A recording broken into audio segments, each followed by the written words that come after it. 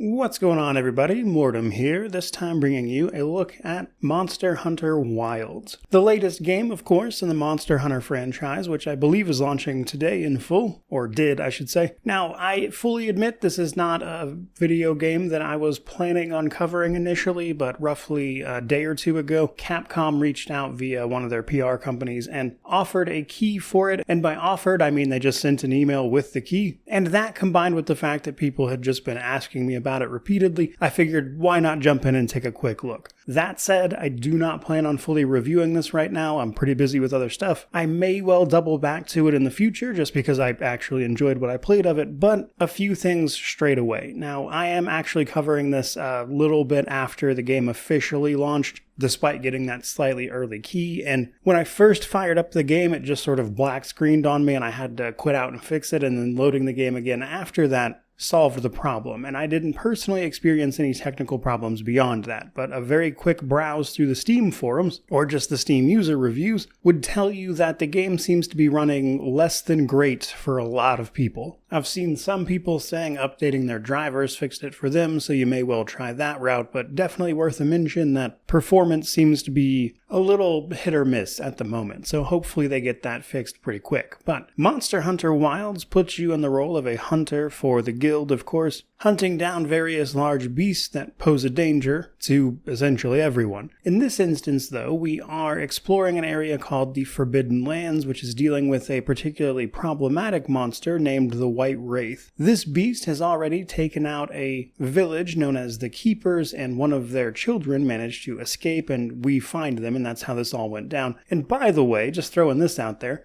maybe like 10 minutes later in the intro, we find another child lost and dealing with monsters in the wilderness. And I've got to tell you, the Forbidden Lands needs to get their parenting in check. But basically, our job is to explore the Forbidden Lands, which were thought empty up to this point, only to discover that there are no less than 2 separate tribes of people already living here. And the best way to do that is to, of course, explore and hunt down monsters. Now, first things first, we dive in and make a character, so this is probably as good a place as any to mention that I am not like a huge monster hunter guy. I am vaguely familiar with some of them, like the Palicos and stuff from the previous entries, but I'll be the first person to tell you that my experience with the franchise is relatively limited. Now, when it comes to character creation, though, there are pretty much all the usual cosmetic stuff you expect. It seems to be a pretty good cosmetic character creator, and you can also pick your starting armor, which will be upgraded pretty shortly after that, more than likely, so not exactly a huge deal. But by far and away, the best part of the character creation is that you get to customize your Palico, which is basically like this little feline assistant of yours that follows everybody around. But I'll have you know that these little guys do a very serious job, and I will not have Pofficer Socks disrespected. Once we're done with character creation, however, we get,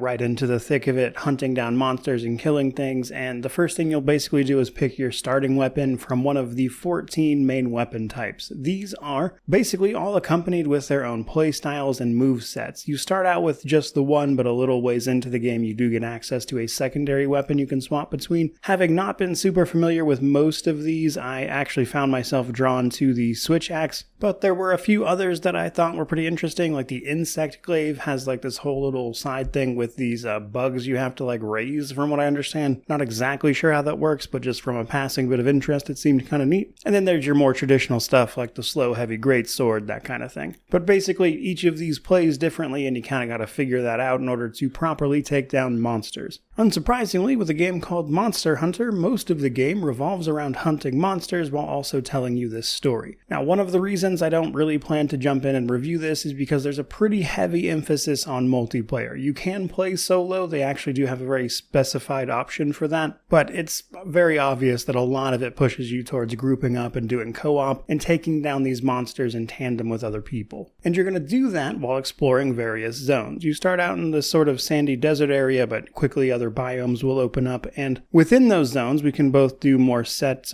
missions that we can track down and participate in, doing just all sorts of little stuff, but mostly hunting down monsters. And then you can actually just like explore the zone and run around and fight things just in a more natural way, which will then usually trigger any associated quests and stuff as well, which I thought was kind of neat. It may very well be the case that the previous games have done something similar. I want to say I've seen something like this, and I think it was Worlds, but again, not super familiar with the franchise. So with the game so focused on these monsters, I did also notice there's a bunch of systems that kind of dictate how all of these various bits of wildlife interact with each other, which I thought was kind of neat. There's even like environmental interactions you can set up, in the sense that there are like things you can pick up and then activate with this sort of launcher on your arm, and then that can do things like simply stun or attack the various monsters you're fighting. You can climb on other monsters to a degree. You can actually sort of jump and land on a few of them and perform some unique attacks that way, and there's a lot more to it than I would have initially expected, and that was pleasantly surprising for me at least. But ultimately, we're not just killing these monsters for nothing, we are also harvesting them for parts and turning those parts into useful materials, which is the primary bit of progression, because all these materials will be used to upgrade both your armor and weapons, giving you various weapon sets, armor sets, that you can then customize to the thing you're trying to do. All of the armor sets seem to have